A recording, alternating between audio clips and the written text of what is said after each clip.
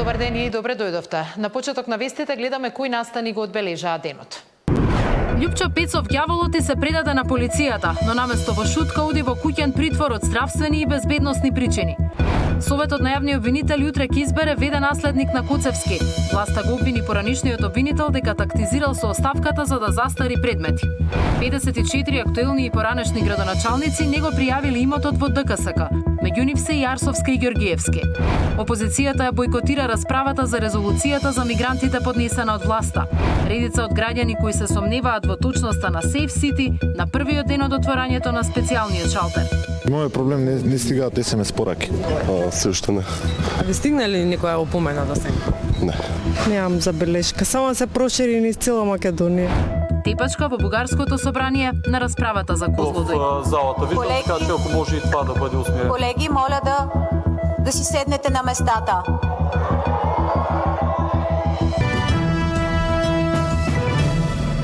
Овие вести во живо за случајот на Љупчо Пецов ѓаволот, но и на неговиот адвокат кој беше приведен пред неколку дена за подкуп. Останете со нас, почнуваат вести.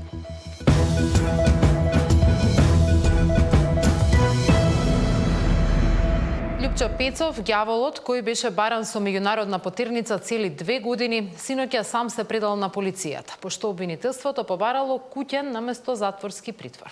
Иако беше во бегство и обвинет за милионски финансиски криминал и даночно затајување во случајот Синџир, мерката е преиначена во поблага поради, како што велат од обвинителството, неговата здравствена состојба, доброволното пријавување и безбедносните ризици во притворот.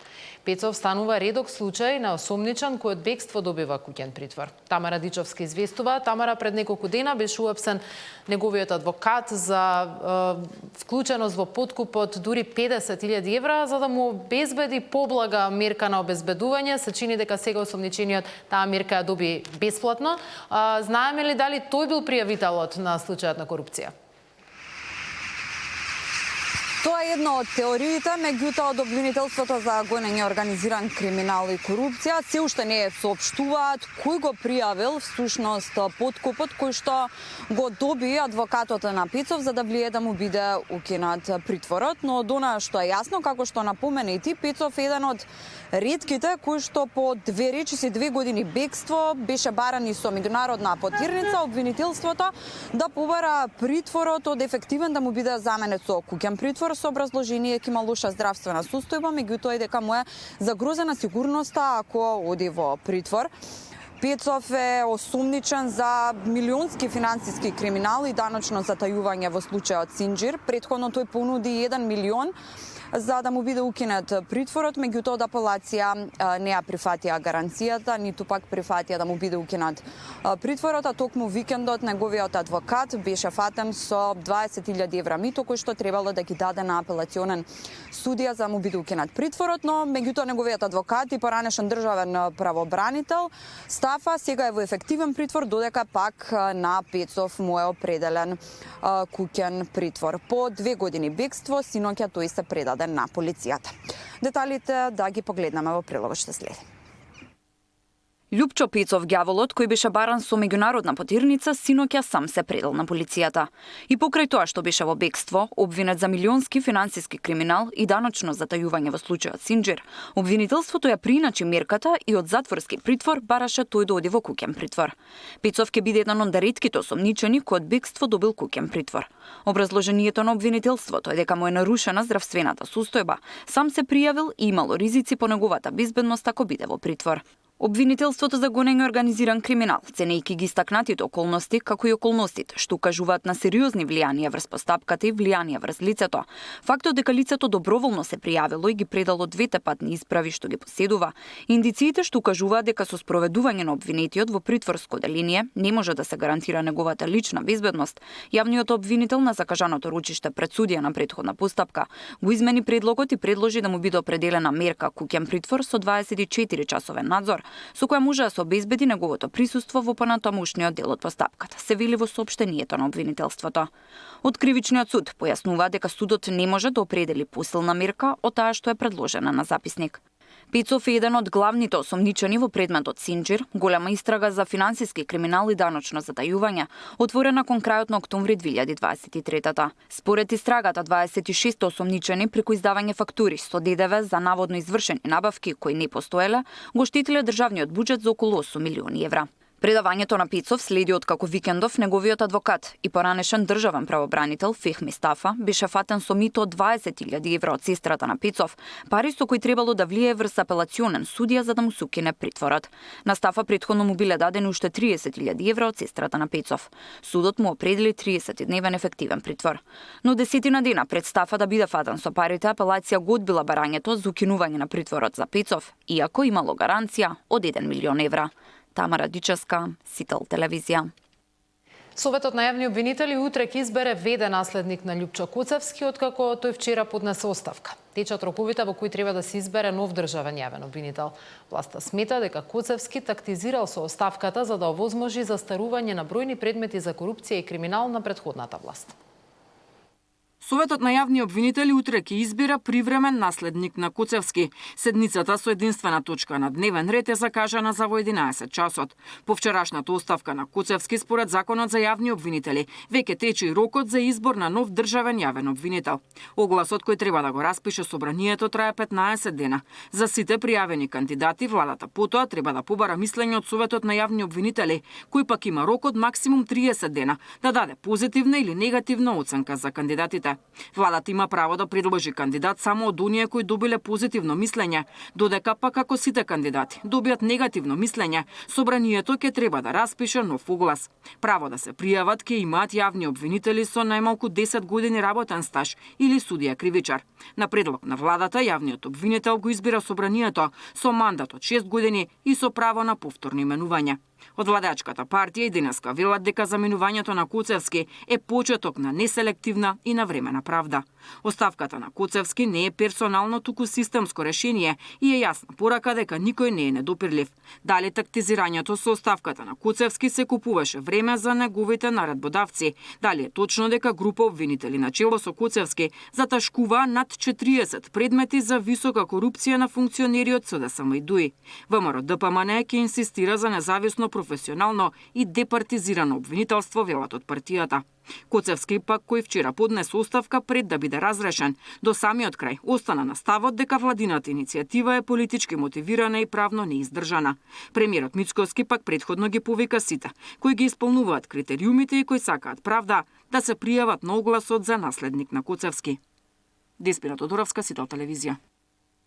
Државната комисија за спречување на корупцијата објави дека вкупно 54 градоначалници, поранешни и актуелни, не ја исполниле законската обврска за пријавување на имотната состојба и интересите.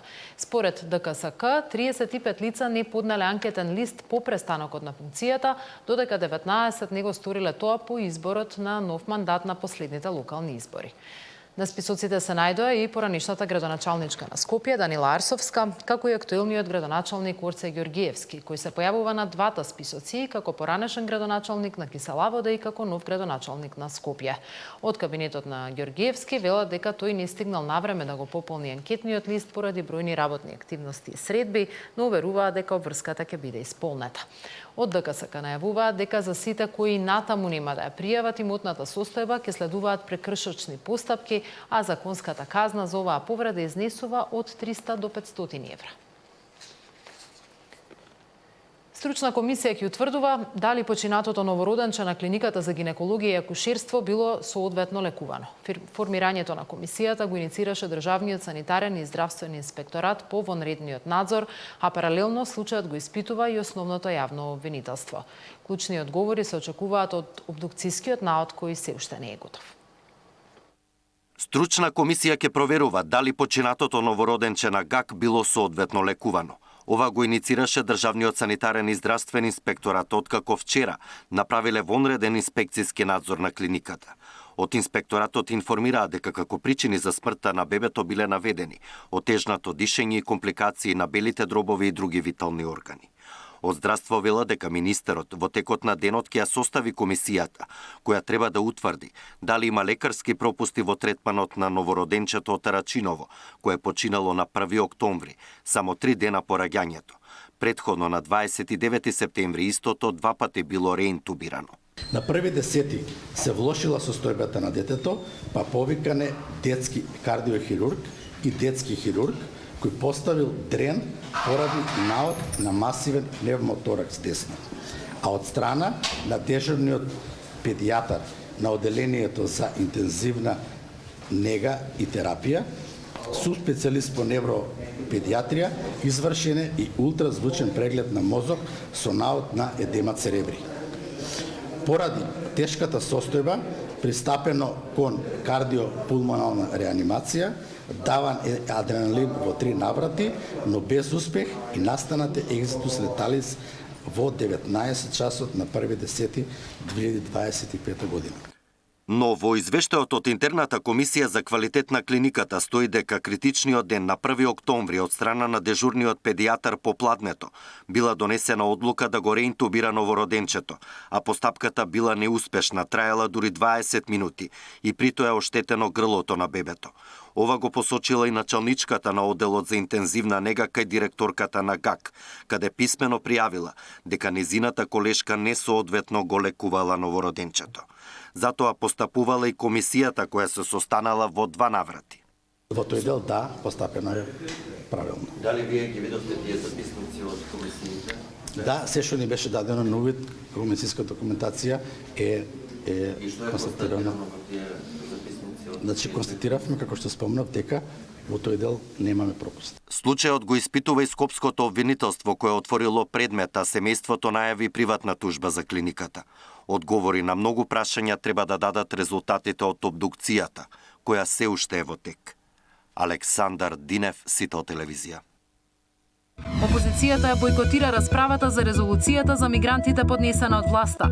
Редица од граѓани кои се сомневаат во точноста на Safe City на првиот ден од отворањето на специјалниот шалтер. Мојот проблем не стигаат SMS пораки. Се уште не. А ви стигна ли некоја опомена до сега? Не. Немам забелешка, само се прошири низ цела Македонија. Почна расправата за резолуцијата на ВМРО ДПМН за мигрантите, но без СДСМ во собраниската сала. Опозицијата одлучи да го бойкотира процесот, обвинувајќи дека документот е национално предавство. Сепак, резолуцијата која тие ја подготвија се уште не е ни доставена до собраниската архива. Пратениците на СДСМ останаа надвор на денешната седница на која антимигрантската резолуција на мнозинството влезе во собранието.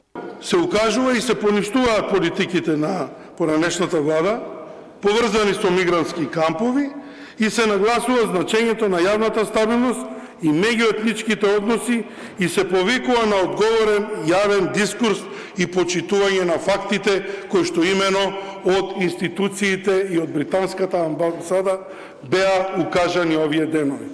За жал, некој на штета на меѓународниот углед и интерес на нашата држава продолжува да ја злоупотребува оваа тема и од таа причина поднесена е оваа резолуција во која што во 9 чекори се означени сите оние шпекулации и манипулации кои што деновиве се пласираат помеѓу граѓаните. СДСМ и денеска не ја поднесе својата резолуција, но обвини дека за да ја избегне дебатата за неа, премиерот, како што велат, побегнал дури во Брисел. Откако побегна премиерот, нормално побегна и неговите министри. Затоа, во знак на протест против вакво понижување на собранието и на граѓаните, пратениците на СДСМ ја напуштија седницата. ДПМН е свесно и намерно побегна од расправа во највисокиот законодавен дом. Планот е прво избори, а потоа мигранти во Македонија, нормално за пари. Темата за мигрантите која СДСМ ја лансираше пред 10 дена до овој момент не доби официјална потврда, а премиерот и министрите ја демантираа во повеќе наврати. Вчера американската амбасадорка Агелер во тема на денот потенцираше дека оваа тема не е добро да се користи за прибирање на политички поени. Александар Спасовски, Сител телевизија. СДСМ го комплетираше новото раководство со стари, но и нови имиња. На листата која синоќа ја усвои Централниот одбор има поранешни градоначалници, дури тројца екс-директори на затвори, луѓе кои претходно вршеле различни функции во партијата, но има имиња кои се целосно нови за јавноста. ВМРО-ДПМН обвини дека станува збор за рециклирани кадри блиски до Зоран Заев и дека СДСМ влегува во стечајна постапка. Поранешни партиски функционери и екс-градоначалници, директори против кои се водат судски постапки, пратеници. Ова е дел од освежувањето во СДСМ со кое Венко Филипче ќе реформира партијата и ќе води битка за рушење на власта. По седницата на највисоките партиски органи одлучено Александар Сашо Димитриевик да остане генерален секретар на партијата, а актуелната пратеничка Јована Тренчевски и докторот Александар Трајановски да бидат новите подпредседатели. Љупчо Фармаковски станува организацијски секретар на партијата. Најголемо внимание привлече листата на имиња кои ќе го сочинуваат извршниот одбор каде влегуваат и поранешниот директор на затворот Скопје Филип Андов, кој во моментов е обвинет дека ја злоупотребил положбата и овозможувал спровод на осуденици за приватни потреби. Поранешниот претседател на општинската организација Битола близок до Васко Ковачевски и екс-директор на Битолскиот затвор Драган Крајевски стана дел од извршниот одбор. На листата си и екс-градоначалникот на Ѓорче Петров, Александар Наумовски и Андреј Жерновски. По повлекувањето од партијата во март, откако беа објавени компрометирачки фотографии, во партиските органи се враќа и Јон Фрчковски. Место има и за оние кои веќе дадоа оставки. Наместо на подпредседателската позиција на Чупеска сега ќе биде на чело на советот на партијата. Филипче најави дека ова е новата енергија со која ќе ја движи партијата напред. Ова е тим кој влегува во храбра и многу одлучна борба со оваа ненародна и криминогена и корумпирана власт на ВМРО-ДПМН. Знам и влен. Нашиот фронт, кој што го објавуваме вечерва постепено и сигурно ќе расте затоа што ние се спремаме власта да ја вратиме во рацете на граѓаните. Новите имиња на Филипче за ВМРО-ДПМН се старите лица на Зоран Заев, која доприватизираа СДСМ. Следниот чекор според нив е стечај на партијата. Наместо нов и свеж кадар, Филипче ги врати старите лица на Зоран Заев. На следните избори 100.000 гласови им се плафон. Представија нова сила, а всушност тоа се стари лица на Зоран Заев, кои заедно со Филипче го доприватизираа и раскрчмија СДС. И ова е убедливо најлошиот состав на СДС, Филипче и Зоран Заев. Приватизацијата на СДС завршува, а наредниот чекор е тежок стечај. Со новото раководство и антикорупцијскиот тим составен од млади луѓе и истражувачи, Филипче најави дека ќе ги разоткривал корумпираните шеми на актуелната власт. Ивана Соколович најдова, Сител телевизија. Нова бомба на СДСМ за сомнителни државни тендери. Опозицијата обвини дека фирма со само тројца вработени, формирана како што тврдат пред 2 години, за 2 месеци добила договори од владата вредни 1,2 милиони евра. Според СДСМ случајот отвора сериозни сомнежи за фаворизирање и нетранспарентни тендерски постапки. Се работи за Sigmoid Group Doyle Скопје, формирана пред само 2 години. Од кого добива тендери? Од Генералниот секретаријат на владата на Мицкоски и од Созар. Двете владени институции, истите две, вмешани во претходните бомби кои ги објавивме. И како во првата бомба, повторно станува збор за IT опрема. Случајно, нели? Ова е договор со Министерството за финансии, склучен е на 13.10.2025 година и вреден е околу 60.000 евра. Само после 2 дена има нов договор, склучен на 15.10.2025 година со Генералниот секретаријат на владата, вреден речиси 1 милион евра. ВМРО-ДПМН остро реагираше на обвинувањата за наводни сомнителни тендери, оценувајќи дека бомбата на портпаролката на СДСМ е петарда што и пукнала во рака. Според ВМРО-ДПМН, фирмата Sigmoid не е ново формирана, туку постои со години и уште во периодот кога на власт биле СДСМ и ДУИ добивала грантови од Фондот за иновации, како и бројни тендери од државни институции. Во реакцијата се наведува дека компанијата добивала јавни набавки, склучувала анекси со повеќе институции уште од 2019 година, вклучително и АЕК, Агенцијата за пошти, ТИРС, Државниот завод за ревизија и други.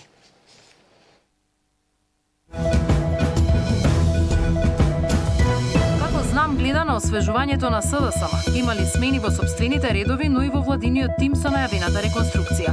Имали опасност од носење мигранти и имали визија за евроинтеграциите. Тема на денот во 19 со лидерот на ЗНАМ Максим Димитриевски.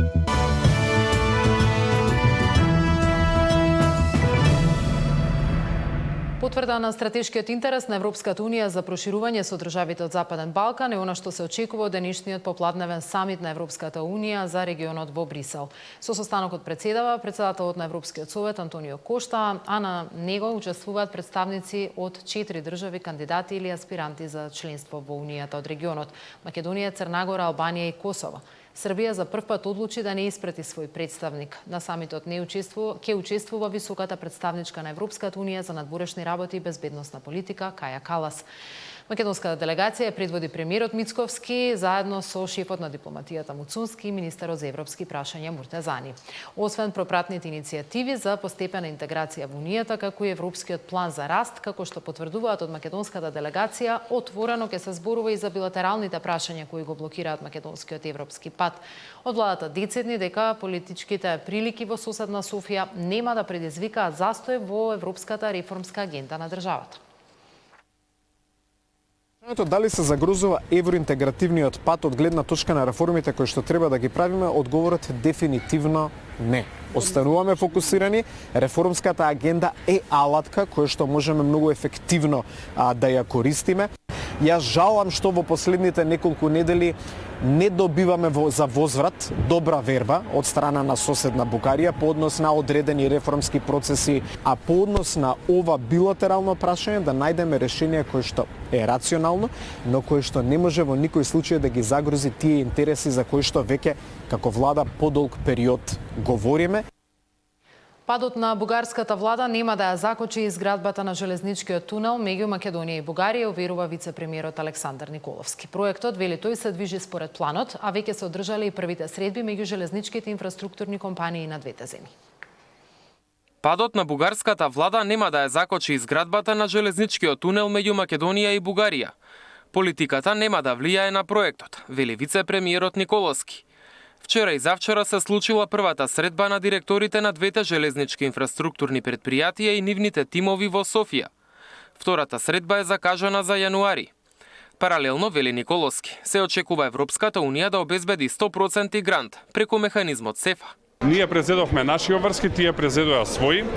Во однос на нивните обврски во моментов тече процес на жалба, колку што сум информиран во Бугарија, за изградба на делот од Ѓуешево до граница, штом заврши ќе изберат изведувач, и во моментов прават проектирање за да можат на пролет да одат на тендер за делот кој што оди Софија, Перник, Радомир до Ѓуешево, некаде околу 1.200.000 ќе е проценета вредност на нивниот дел. Во однос на нашиот дел, така наречениот ПИН или првична информација за тендерот на коридорот 8, третата фаза, излезе на официјалниот сајт на Европската Унија и на официјалниот сајт за тендери на Европската Унија, имајќи предвид дека овде имаме сериозен грант и добри кредити. Процесот го води Европска Унија заедно со Железници инфраструктура.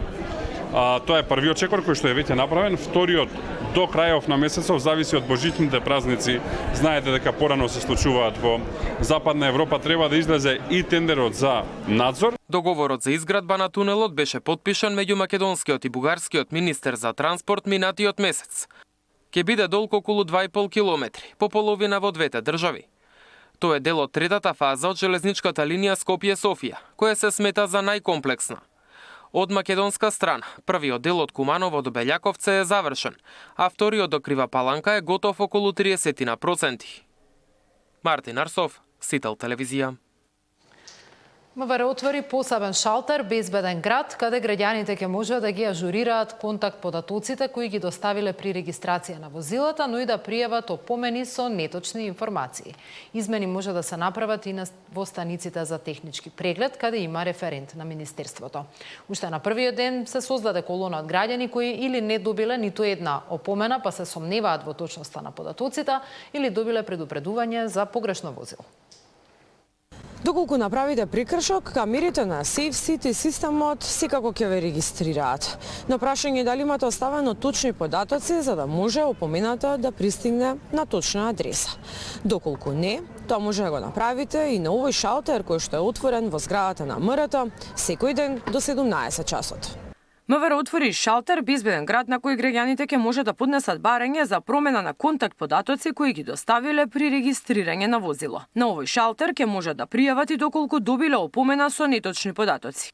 Истото ќе може да се изврши низ станиците за технички преглед на возила во државата, каде што е распореден деташиран референт на Министерството за внатрешни работи. Уште првиот работен ден на овој шалтер во МРТ имаше редица граѓани. Најчест проблем е што за прекршокот не им стигнала СМС порака. Мојот проблем не стигаат СМС пораки. Да, и сега за тоа да провериме дали е мейл адресата и телефонскиот број дали се ставени од компанијата. Граѓаните сметаат дека системот Безбеден град веќе дава резултати, возачите повеќе внимаваат, но освен контрола за поголема безбедност, велат е потребна и соодветна инфраструктура. Ништо не ме стигнало, значи немам прекршок, да. А што мислите околу целата оваа работа? Па не е само тоа, улица за катастрофа, дупка до дупка. Не е само казни и тоа. Другото. Мислам дека одличен. Веќе се забележува разлика во сообраќајната култура, барем изминатиот периодот као е воен, само со опомени. Така да мислам дека ќе биде добро. Во однос на мене гледам во однос на другите дека малце требаше рачна, ама длабока рачна и на тоа поле треба да се средат колиш работи кај нас. Вака би функционирало според ваше мислење, нешто недостасува? Супер си. Немам забелешка, само се прошири низ цела Македонија. На голем број граѓани, иако свесни дека сториле некој прекршок, досега не им пристигнала опомена, веројатно поради стари податоци или пак системот се уште нема капацитет да ги улови сите возила. Други пак се пожалија дека им стигнал записник за прекршок на возило кое воопшто не било управувано. Од МВР апелираат сите возачи да ги ажурираат своите податоци. Ако не можат на шалтер, тогаш преку електронската пошта bezbedengrad@moi.gov.mk. На оваа адреса ќе може да ги пријават сите проблеми со функционирањето на системот. Миријана Давидовска, Сител телевизија.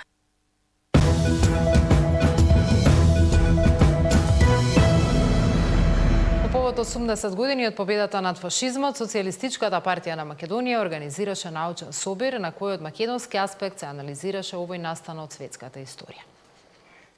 Ние не смееме да заборавиме историјата заради тоа што тоа е фундаментот, основата на нашето постоење. Тоа е фундаментот на градењето на нашата сегасност, но истовремено тоа представува и зацртување на патеките по кои што ќе треба да се движиме во следниот период.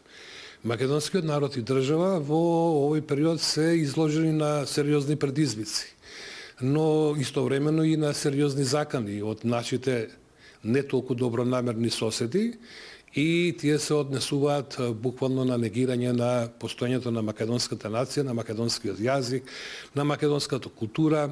Веќе од втората половина на 1943 година и особено во текот на 1944 година се повеќе се укажува на значењето на законите и пишаните одлуки како основа за делувањето на органите на власта и за остварувањето на законитоста. Веќе во втората фаза, првото заседание на АСНОМ представува преломен момент во изградбата на правниот поредок во Македонија. Декларацијата за основните права на граѓанинот на Демократска федерална Македонија и решението за воведувањето на македонскиот јазик за службен јазик. Затоа што без јазик, да немаме ние македонски јазик, тогаш би биле слепи, не би имале ни очи. Значи, без јазик, без свој идентитет, без култура, ништо. Формирањето на така наречените контрачети или комитски чети од страна на бугарската воена команда во одделот под италијанска власт, на крајот се покажал како неуспешен проект. Затоа што по формирањето на СНОВ во 1943 година, најголем дел од припадниците на тие чети претежно во Костурско се слеале во македонските партизански единици. Кинеската амбасадорка ја посети штипската компанија Јофатекс. Покрај за бизнис соработката се разгледувале можности за проекти во културата и образованието. Кинеската амбасадорка ја посети штипската Јофатекс, компанија која соработува со Кина повеќе од 20 години. Целта е ова партнерство да се продлабочи во иднина, вели сопственикот Јовчевски. Но покрај бизнисот се разгледуваат можностите за соработка во културата и во образованието, кажа тој. Кина е земја која што јури према успех, и има многу добро образование во моментов, може да кажем едно од најдобрите во светот. Европското образование за жал во моментов не е баш на некое ниво и затоа се повеќе фокусираме на нашите деца да малку повеќе да го посетуваат образованието во Република Кина. Компанијата Јофа има отлична соработка со нивни кинески бизнес партнери и тоа што разговоривме за интензивирањето на трговската соработка меѓу нив и очекувам се повеќе кинеските бизнесмени да доаѓаат во Македонија. Инаку Јофатекс е европски лидер во трговијата со домашен текстил, текстил за изработка на работни одела, за хотелско опремување, механизми и ногарки за мебел. Има свој представништва во Кина, Србија, Бугарија, Босна и Херцеговина. Тоа беше последна информација во овие вести. Во Централниот дневник наш гостин Максим Димитриевски, лидер на Знаме и градоначалник на Куманово.